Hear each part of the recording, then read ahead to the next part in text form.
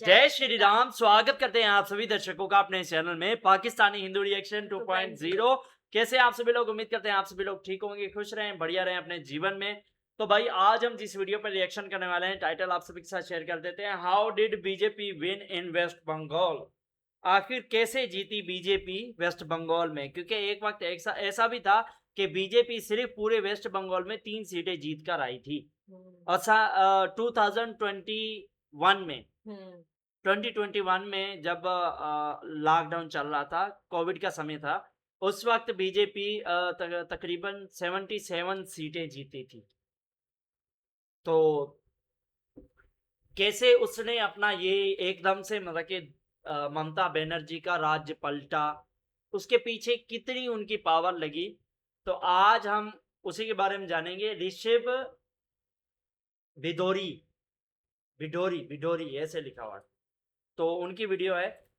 तो ये हमारे एक बहुत ही प्यारे सब्सक्राइबर ने हमें सजेस्ट की थी। तो पहले हम वीडियो देख लेते हैं, उसके बाद फिर बात करते हैं। बने रहे हमारे साथ इस वीडियो के एंड तक। चलो जी। तो वेस्ट बंगाल में बीजेपी ने इलेक्शन को जीत लिया। बीजेपी कहाँ थी वेस्ट बंगाल के पूरी पिक्चर में? कहीं भी नहीं थी। 34 साल तक वेस्ट बंगाल को रूल करा लेफ्ट ने, कम्युनिस्ट पार्टी। फिर उसके बाद ममता बनर्जी आई 2011 में और उन्होंने फिर उसके बाद 2026 तक रूल ही करा है। बीजेपी का स्कोप सो फार कहीं से कहीं तक था नहीं। तो उन्होंने ये जो स्पेस है वो बनाई कैसे इसके पीछे ना एक्चुअली बहुत बड़ी स्ट्रेटजीज हैं जो छुपी हुई हैं, वो मैं आपको आज बताता हूँ। काफ़ी आपको सरप्राइजिंग भी लगेंगी, शॉकिंग भी लगेंगी। चलो मैं स्टार्ट यहाँ से करता हूँ कि आपको क्या लगता है कि जब सीए वाला बिल आया था, सिटीजनशिप अमेंडमेंट एक्ट, तो वो क्यों आया था? नॉर्मली हर इंसान का जवाब क्या होगा? ये सीएए कानून हमारे लिए भी मतलब कि बहुत ज़्यादा महत्व रखता है। हम पाकिस्तानी हिंदू है ना, हमारे लिए बांग्लादेशी हिंदू, अफगानिस्तानी हिंदू, सिख, ईसाई जो भी हो, माइनॉरिटी का हो, जिनके ऊपर मतलब कि अत्याचार हो रहे हैं, वो यहाँ से माइग्रेट करके भारत जा रहे हैं, तो उनको वहाँ पर सिटीजनशिप देने का वादा ये सीएए कानून इसी वजह से लाए थे कि जल्द से जल्द उनको उनका हक मिल सके भारत में। तो उस वजह से सीएए का कानून लाए थे कि भाई जो लोग हिंदू हैं हमारे, जो बांग्लादेश या पाकिस्तान में जिनके साथ बहुत गलत होता है, टॉर्चर होता है, तो उनको इंडिया में जगह देने के लिए वो बनाया गया था। पर अगर आपका आंसर ये है ना, तो आपको हाफ ऑफ द नॉलेज तो है, पर हाफ ऑफ द नॉलेज बहुत ज्यादा मिसिंग है। अभी आपको समझ में आएगा। अभी तो थोड़ा सा ऐसा लग रहा होगा कि क्या फालतू की बकवास कर रहा है भाई तू। वेस्ट बंगाल में ना एक कम्युनिटी है जिसको बोलते हैं मतुआ कम्युनिटी। अच्छी खासी इस कम्युनिटी की पॉपुलेशन है, अप्रोक्सीमेटली 17% पॉपुलेशन होगी, और 17% बहुत हैवी अमाउंट ऑफ पॉपुलेशन है। ये मोस्टली वो लोग हैं जो बांग्लादेश से इंडिया के अंदर आए थे, अभी नहीं, 1947 के टाइम आ गए, क्योंकि ये हिंदू कम्युनिटीज हैं ऑफ कोर्स। तो ये 1947, 1971 इस तरीके से पॉकेट्स में आ रहे थे। अब मतुआ कम्युनिटी का, अच्छा मैं ये बता देता हूँ पहले, मतुआ कम्युनिटी का ना अपना खुद का एक कल्चर है। वो उनके अपने खुद के देवता हैं जिन्हें वो पूजते हैं, हरिचंद्र ठाकुर, जो वो मानते हैं कि वो विष्णु भगवान के ही अवतार हैं। और साथ में उनकी एक स्पिरिचुअल लीडर हुआ करती थी, बोडो माँ। अगर कहीं मेरे से प्रोनाउंसिएशन गलत हो जाए तो उसके लिए सॉरी, मेरी कोई ऐसे इंटेंशन नहीं है। तो बोडो माँ जो थी, अभी 2019 में ये इस दुनिया में नहीं रही, तो उस टाइम तक ये स्पिरिचुअल लीडर थी एक तरीके से उस पूरी कम्युनिटी की, या ऐसे मान लो कि काफी पार्ट ऑफ द कम्युनिटी की। अब बात ये थी कि 34 सालों तक ऑब्वियसली ये रेफ्यूजीज माने जाते थे, क्योंकि आए तो बांग्लादेश से ही थे ना, पर इनकी पॉपुलेशन अच्छी खासी थी। तो 34 सालों तक जो लेफ्ट की कम्युनिस्ट पार्टी थी ना, उन्होंने कभी इन पे ध्यान नहीं दिया। और वो ऑब्वियस है, क्योंकि कम्युनिस्ट जो आइडियोलॉजीज है ना, वो रिलीजन, कल्चर, इन सारी चीजों में मानते नहीं है। 2011 में जब ममता बनर्जी आई थी ना, तो उन्होंने एक वन ऑफ द डिफरेंट चीज पता क्या करी थी? मतुआ कम्युनिटी को उनका प्रॉपर रेस्पेक्ट दिलवाया। मतलब सिर्फ और सिर्फ उनमें डेवलपमेंट तो उन्होंने किया ही, प्रॉपर रोड्स वगैरह वहां पे क्रिएट करी उस कम्युनिटी में, उस कम्युनिटी के लोगों को टिकट देना शुरू किया। जो बोडो माँ थी, उनके बेटों को और उनकी डॉटर इन लॉ को भी टिकट दिया इलेक्शंस में लड़ने के लिए, उनको विधानसभा में बिठाया। जो हरिचंद्र ठाकुर, जिन देवता की पूजा करी जाती है, उनके नाम पे एक यूनिवर्सिटी का भी क्रिएशन करा गया। तो ऐसे करके उनको काफी इन्होंने रेस्पेक्ट दिलाया। और ये जो पूरी मतुआ कम्युनिटी है ना, ये काफी लॉयल थी टीएमसी पॉलिटिकल पार्टी के। और यार लॉयल होना एकदम बिल्कुल वाजिब है, क्योंकि आपको जब कभी पहली बार इज्जत मिलती है ना, तो आप उसको नहीं भूलते हो। प्रॉपर इनको राशन कार्ड, आधार कार्ड, सब कुछ मुहैया कराया, जिससे ये अपनी प्रॉपर फैसिलिटीज को एंजॉय कर पाए। तो अब जब बीजेपी यहाँ पे आएगी, तो उनको ये सोचना पड़ेगा कि मोस्ट प्रोबेबली उनको जो मुस्लिम वोट बैंक है वो नहीं मिलने वाला है, तो वो बाकी के वोट को कैसे इकट्ठा करें। तो बात है अब 2014 की। पहली बात तो ये बहुत ही नेक्स्ट टू इम्पॉसिबल टास्क लगता है कि आप टीएमसी से मतुआ कम्युनिटी का सपोर्ट किसी भी तरीके से खींच सकते हो, है ना। तो बात है 2014 की। 2014 में मतुआ मोदी जी इलेक्शन community तो जीते, मतलब कि बीजेपी जो है वो TMC को ही पहली बार choose करेगी सेंटर में हर आई। बार। पूरी जो बीजेपी का के सपोर्टर्स थे सब खुश हैं, लेकिन बीजेपी की जो टीम है ना, जो स्ट्रेटेजिक टीम है या उनके डेटा साइंटिस्ट्स हैं, वो बैठ के ना पूरी दिन रात वो मेरे को लगता बाकी है लगे उनका ही रहते हैं ज़हन और बहुत सारी active है। स्ट्रेटजीज को प्लान करते रहते हैं, क्योंकि उसी टाइम जब पहली बार बीजेपी कहीं सेंटर लेवल पे इंडिया में आई है तो उसी टाइम उनकी प्लानिंग एक्चुअली शुरू हो चुकी थी। कैसे? 2014 में जो लोकसभा इलेक्शंस हुए थे तो भले ही बीजेपी की वेव थी, मोदी वेव थी, लेकिन उस टाइम भी कपिल कृष्णा ठाकुर ये जो है इलेक्शन जीते थे टीएमसी के लिए लोकसभा इलेक्शंस में, जो ऑब्वियसली मतुआ कम्युनिटी से आते थे। तो हुआ क्या कि 2014 में ना कपिल कृष्ण ठाकुर जो थे, जो बड़ों माँ के बड़े बेटे थे, वो एक्चुअली एक्सपायर हो गए अक्टूबर के टाइम पे अप्रोक्सीमेटली। तो अब ऐसी सिचुएशन में क्या होता है, बाईपोल इलेक्शंस होते हैं। 2014 के अक्टूबर में बाईपोल इलेक्शंस अनाउंस हो गए, 2015 में वो इलेक्शंस होने वाले थे और उससे पहले ही बीजेपी ने एक अपना अलग ही different kind of a move खेल दिया। और मूव क्या था कि बड़ों माँ के जो बेटे थे ना, वो एक तो यही हो गए जो अपने कपिल कृष्ण ठाकुर हो गए, दूसरे जो उनके छोटे बेटे थे। अब ये बात बीजेपी को बहुत अच्छे से पता थी कि ऐसी सिचुएशन में एक बहुत बड़ी प्रॉब्लम आती है कि टिकट किसको दिया जाएगा बाईपोल इलेक्शंस का। क्या वो कपिल कृष्ण ठाकुर की वाइफ को दिया जाएगा या फिर उनके छोटे भाई को दिया जाएगा? टीएमसी की तरफ से जो टिकट मिला था वो मिला उनकी वाइफ को, और यही जो है वो बीजेपी ने यहाँ पे मौका ढूंढ लिया कि भाई यहाँ तो मौका अपॉर्चुनिटी बहुत बढ़िया है। उन्होंने छोटे भाई से बोला देखो भाई यही होता है, देखो आपकी जो फैमिली एक तरीके से लेगेसी है, वो वाइफ को, उनके वाइफ को टिकट मिल गया, आपका तो नाम ही चला गया। और एक बहुत बड़ा चेंज ये हुआ कि जो उनके छोटे बेटे थे ना, मंजुल कृष्ण ठाकुर, ये और इनके साथ में इनके दो बेटे सुब्रतो ठाकुर और शांतनु ठाकुर, ये तीनों के तीनों जो है कैबिनेट मिनिस्टर थे उस टाइम पे ये स्टेट में। तीनों के तीनों उठ के जो है बीजेपी की साइड आ गए। और 2015 के जो बाईपोल्स हुए उसमें सीधे सीधे जो सुब्रतो ठाकुर है, जो छोटे भाई के बड़े बेटे हैं, उन्होंने इलेक्शन लड़ा बाईपोल का।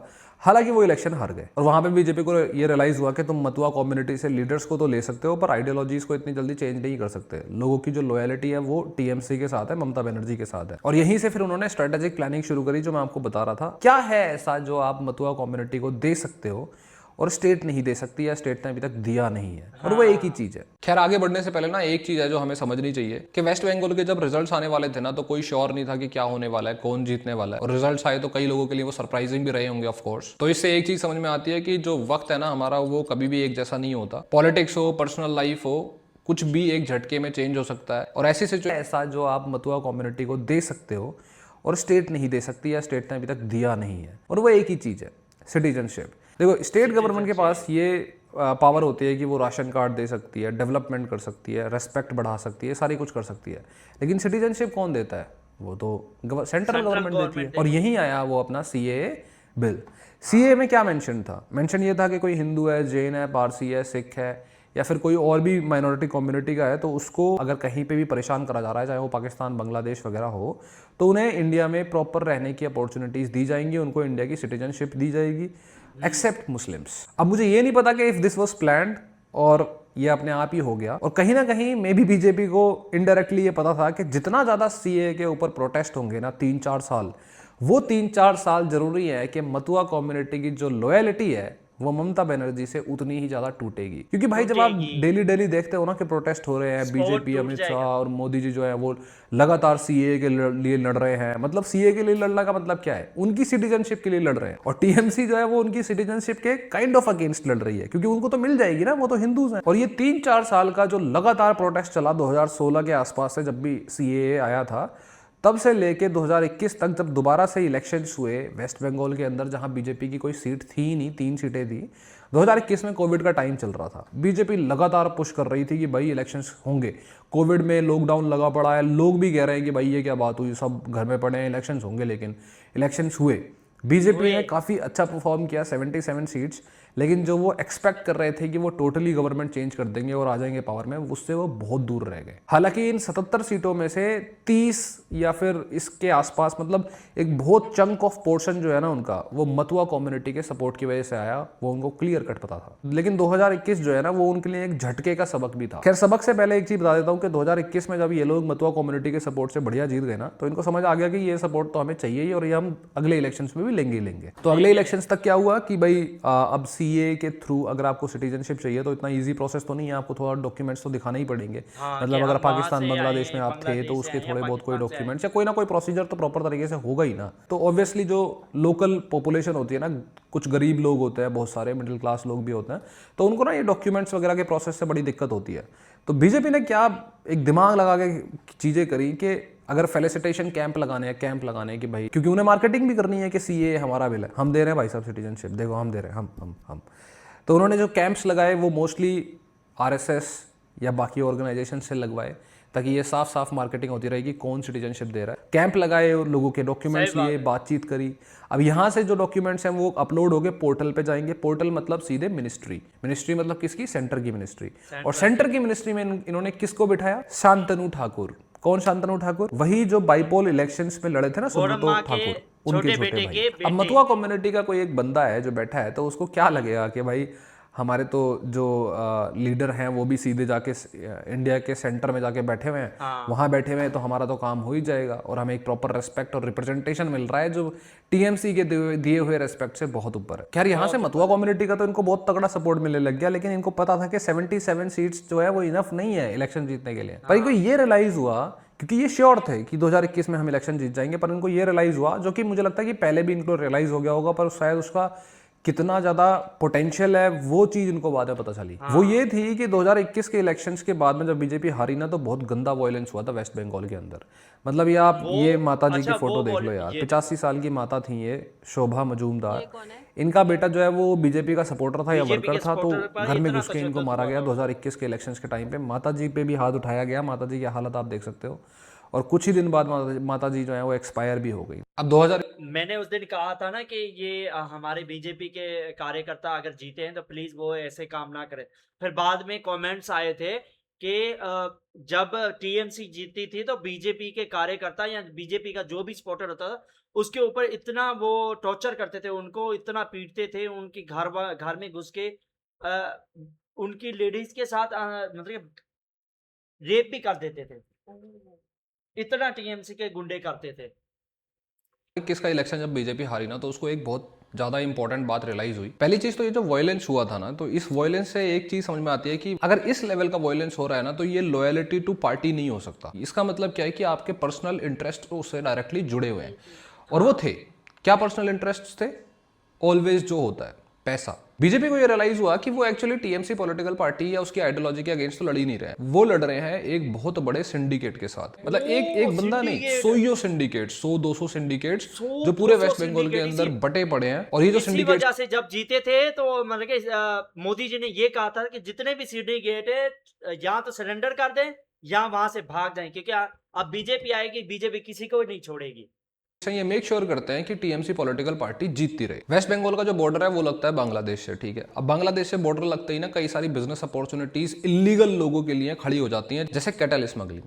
आप कभी बाकी पार्ट्स ऑफ इंडिया में देखोगे ना कि दिल्ली, उत्तर प्रदेश, हरियाणा, पंजाब, इन एरियाज से जो कैटल्स होते हैं, कई बार तो आप दिल्ली के एरियाज में जो गाय हैं उनको घूमते हुए देख लोगे, ऐसी लावारिश, ठीक है। और वो घूमती हैं तो इसका मतलब क्या है कि कोई भी जो ऐसा आदमी है जो उनको उठाना चाहे वो फ्री में उठा सकता है। ये लोग उठाते थे और यहाँ से फिर उनको शिफ्ट करते थे यहीं, तो इसीलिए तो ये बहुत सारे गोरक्षा दल होते हैं। तो यहाँ से ये लोग शिफ्ट करते थे सीधे वेस्ट बंगाल, उसके बाद उसको बॉर्डर क्रॉस करा जाएगा। भाई साहब मैं तो जब पढ़ रहा था तब मेरे को बड़ा अजीब लगा कि ये लोग क्या करते हैं कि जो लकड़ी का टुकड़ा होता है ना जो पानी में तैरता है, आपने देखा भी होगा, तो ऐसे लकड़ी के टुकड़े को गाय से बांध देंगे, खुद बॉर्डर क्रॉस नहीं करेंगे और उसको नदी में तैरा देंगे, और नदी में तैरते तैरते वो जो टुकड़ा है वो बॉर्डर क्रॉस कर जाएगा और वो पकड़ लेंगे। कई बार तो गाय भैंस के जो पैर है ना उसमें छोटा सा बॉम्ब बांध देंगे, बॉम्ब, ताकि जो बीएसएफ फोर्सेस है ना वो आसपास ना आए, क्योंकि जान का खतरा है, और वो बॉर्डर क्रॉस कर जाए। ये तो एक चीज हो गई सिर्फ। अब ऐसे ही कफ सिरप का बिजनेस होता है, जैसे कि बांग्लादेश में जो क्या है कि किसी भी तरीके का जो नशा है ना वो बैंड है। इंडिया में जो कफ सिरप है ना वहाँ नशे की तरह इस्तेमाल करी जाती है।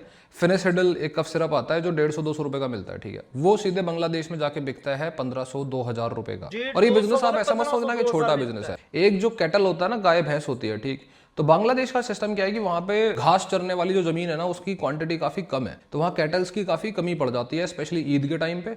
और दूसरा जो लेदर इंडस्ट्री है, सेरेमिक्स की इंडस्ट्री है और दवाइयों की इंडस्ट्री है। तो जो कैटल या फिर गाय भैंस यहाँ इंडिया से जाता है ना, उसका हर बॉडी पार्ट को मोनेटाइज करा जाता है। मतलब एक गाय भैंस जो है वहाँ 1,70,000 80,000 रुपए की वर्थ हो जाती है। ये तो मैंने सिर्फ आपको 2 एग्जाम्पल दिए हैं, छोटे मोटे सब मिला के सोयो बिजनेस वहां पे चलते थे। अभी जो सिंडिकेट्स हैं ऑब्वियसली ये पावरफुल लोग हैं और ये अपने आप में एक पैरेलल गवर्नमेंट चलाते थे। अब ये करते क्या थे कि जितनी भी स्कीम्स है ना गवर्नमेंट की, चाहे वो स्टेट गवर्नमेंट की हो, ठीक है, हाउसिंग स्कीम हो गई, राशन बट रहा है, या इवन सेंटर की स्कीम है, मान लो पीएम आवास योजना हो गई, मनरेगा हो गई, तो उसके लिए जितनी भी एप्लीकेशंस, गरीब आदमी अपनी एक एप्लीकेशंस देता है, किसको देता है भाई?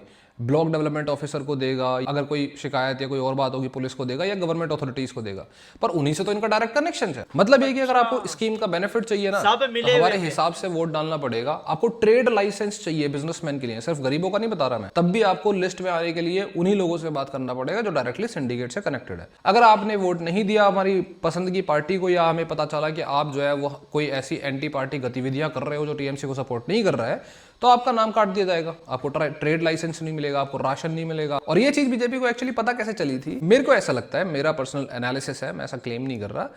तो बीजेपी ना 2021 के टाइम पे ना नॉर्थ बंगाल में उनका अच्छा खासा कंट्रोल था, तो वो सारी सीटें वहां पे जीते थे, जो ऊपर का पोर्शन है, ठीक है। लेकिन वो एक सीट हारे सिर्फ, कौन सी? जलपाईगुड़ी। मतलब ऐसे कैसे हो गया? अगर आप जलपाईगुड़ी को मैप में देखोगे ना, तो वो सीधे बांग्लादेश से लगा हुआ है, ऊपर की साइड से। मतलब बाकी सारी कॉन्स्टिट्यूएंसी जीत गए, लेकिन बांग्लादेश से जैसे ही कोई कॉन्स्टिट्यूएंसी लगी वहां हार गए। जबकि वहां पे ऐसा नहीं है कि भाई हिंदू पॉपुलेशन नहीं है, वहां पे 80 to 85% पॉपुलेशन हिंदू है। और टीएमसी का कोई ऐसा कद्दावर नेता भी नहीं है कि भाई वो भाई साहब बैठे हैं, उनको तो वोट पब्लिक देती है, ऐसा कुछ नहीं है। टीएमसी की कोई हिस्ट्री नहीं थी जलपाईगुड़ी में जीतने की। तब इनको रियलाइज हुआ कि बात ये नहीं है कि सिंडिकेट्स जो है वो सिर्फ लोगों को डरा देते हैं, धमका देते हैं, और लोग जो है वो फंसे हुए हैं फ्रीबीज के चक्कर में। बात ये थी, जो कि जलपाईगुड़ी में अच्छा खासा देखा गया, प्रोबेबली बीजेपी की जो बैकएंड टीम है, स्ट्रेटेजिक टीम है, उसने ये देखा होगा, हर दशक में 15-20% पॉपुलेशन बढ़ जाती है, एट मैक्स 20%, ठीक है। जलपाईगुड़ी में जो वोटर लिस्ट बढ़ रही थी वो 70% के हिसाब से बढ़ रही थी, और वो भी वो लोग नहीं थे जो 18 साल के हो गए भाई और वोट देने का उनकी एज आ गई, नहीं, रैंडमली बढ़ रहा था। हो क्या रहा था कि वहां पे बहुत सारे टी गार्डन्स है, तो बहुत बड़े बड़ी जमीनों के टुकड़े होते हैं। कोई भी इलीगल बांग्लादेशी अगर वहां से क्रॉस कर रहा है, तो उसको जो है वहां पे ऐसे ही क्रॉस नहीं कराया जा रहा, पहले उसको अपना वोटर लिस्ट बनवाना पड़ेगा, रजिस्टर करना पड़ेगा, फिर वो दुनिया में, इंडिया में जहां मर्जी चाहे वहां घूमे, पैसा कमाए, जहां मर्जी रहना चाहता है रहे।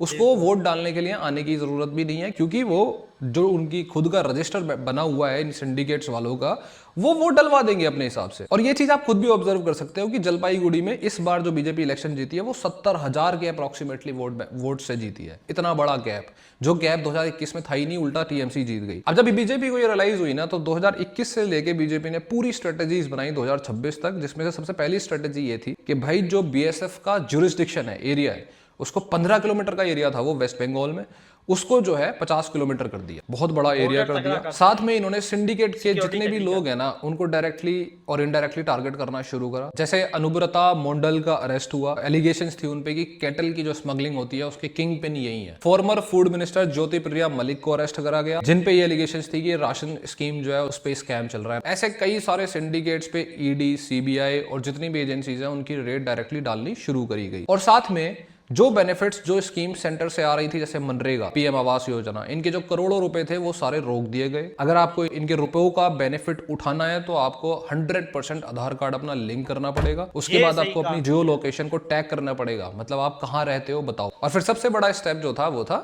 SIR, special intensive revision.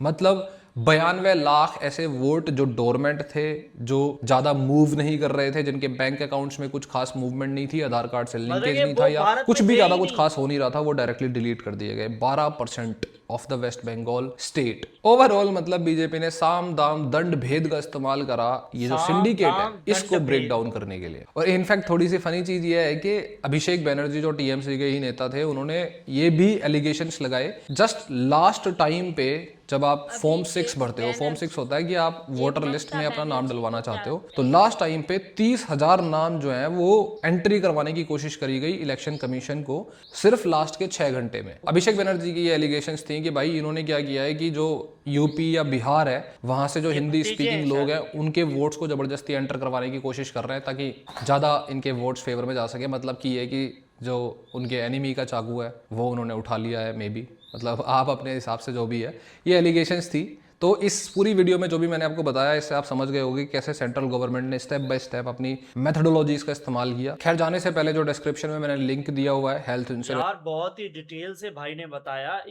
ये 90 लाख, अच्छा काफी लोग ये कहते हैं कि 90 लाख लोगों का वोट काट के बीजेपी फिर मतलब कि अपना राज तो लाएगी, लेकिन वो 90 लाख वोट मतलब कि वो लोग थे भी वेस्ट बंगाल में या नहीं, वो तो बंगाल के लोग थे।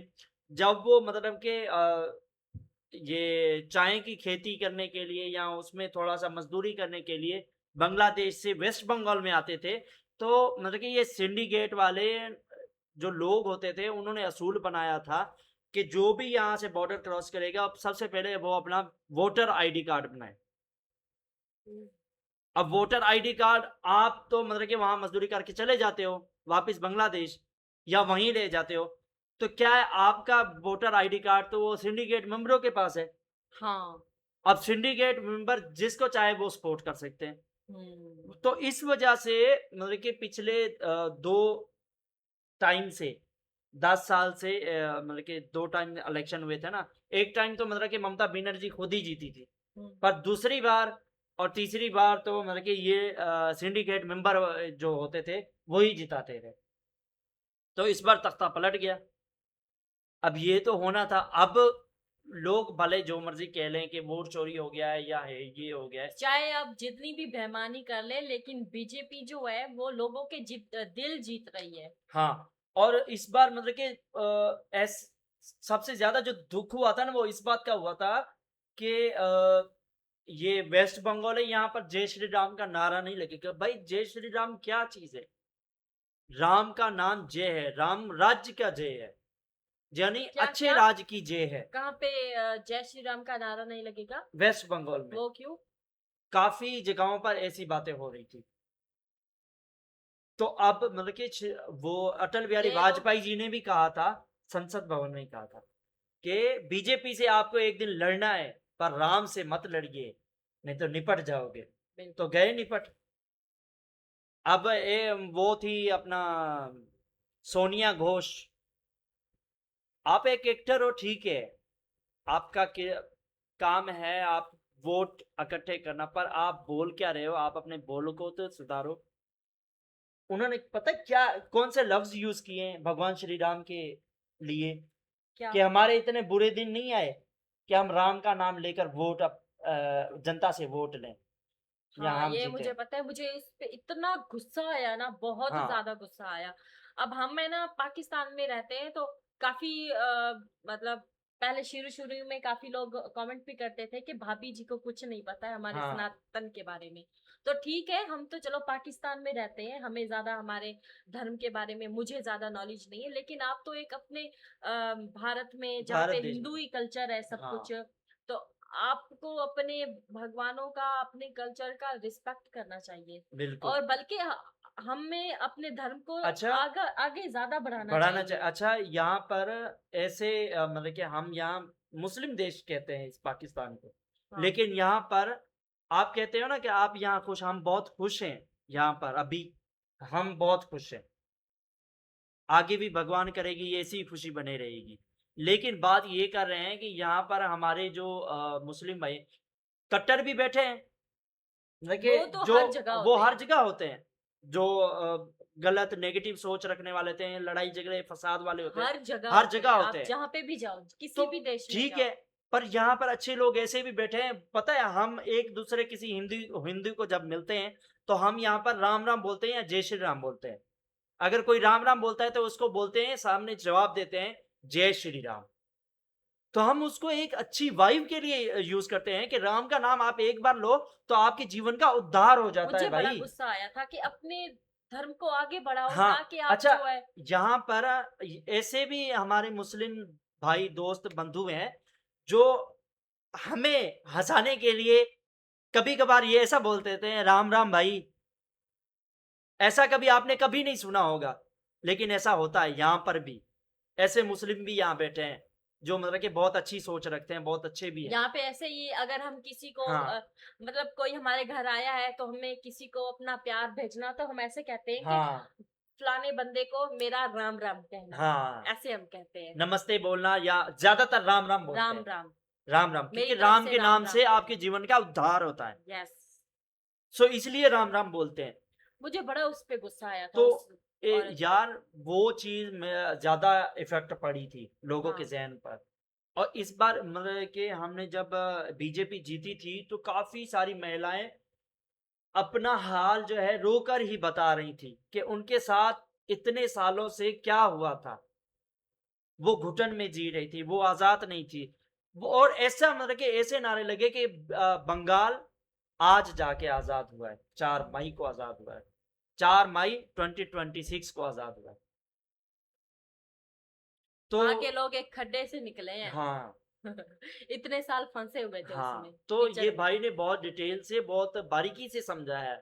अब इसमें जो लोग कहते हैं कि यार ये जो है वोट चोरी किया, अब केरला में अगर वोट चोरी करना होता तो केरला में कर सकती थी बीजेपी, फिर केरला में कांग्रेस क्यों जीती है फिर?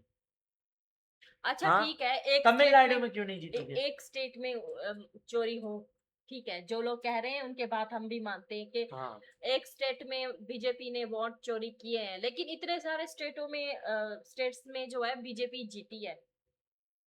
बीजेपी का राज पूरे भारत में अब आ गया है। सिर्फ झारखंड, साउथ के 4 स्टेट्स हैं, एक नॉर्थ ईस्ट में एक स्टेट है, वो भी जीत वो जाएगी। ठीक है, हाँ। 4, एक झारखंड 5, एक नॉर्थ ईस्ट का 6, एक पंजाब, एक हो गया अपना जम्मू एंड कश्मीर और एक लद्दाख। वो भी जीत जाएगी। ये 7 राज्य हैं सिर्फ जो मतलब कि बीजेपी नहीं जीती, जिनमें दूसरी पार्टियां हैं। लेकिन बाकी जो 22 राज्य हैं उनमें बीजेपी है। तो अब 22 राज्यों में ही चोरी करेगी क्या बीजेपी? ऐसा नहीं होता। बीजेपी कुछ तो ऐसा अच्छा काम कर रही है ना जो लोगों को पसंद आ रहा है। हम्म। तो हर इंसान हाँ, का नजरिया एक अलग होता अलग है। होता है। आप कांग्रेस को पसंद करो, हाँ, चाहे बीजेपी करो, हम किसी को कुछ नहीं कह सकते हैं। लेकिन हम कांग्रेस की एक और वीडियो ला रहे हैं, वो तो एक भयानक सच है, तो वो हम वीडियो जरूर देखेंगे और इसके बाद शायद वही वीडियो आए, तो आप प्लीज वो वीडियो लाजमी देखना। तो इसी के साथ आज की वीडियो आपको कैसी लगी कमेंट सेक्शन में जरूर बताइएगा। अगर वीडियो अच्छी लगी हो तो वीडियो को लाइक कीजिएगा, अपने सभी तमाम दोस्तों में शेयर भी कीजिएगा और चैनल को फुल सपोर्ट दीजिएगा, हमें फुल सपोर्ट कीजिएगा। मिलते हैं नेक्स्ट वीडियो में, तब तक के लिए जय जय श्री श्री राम।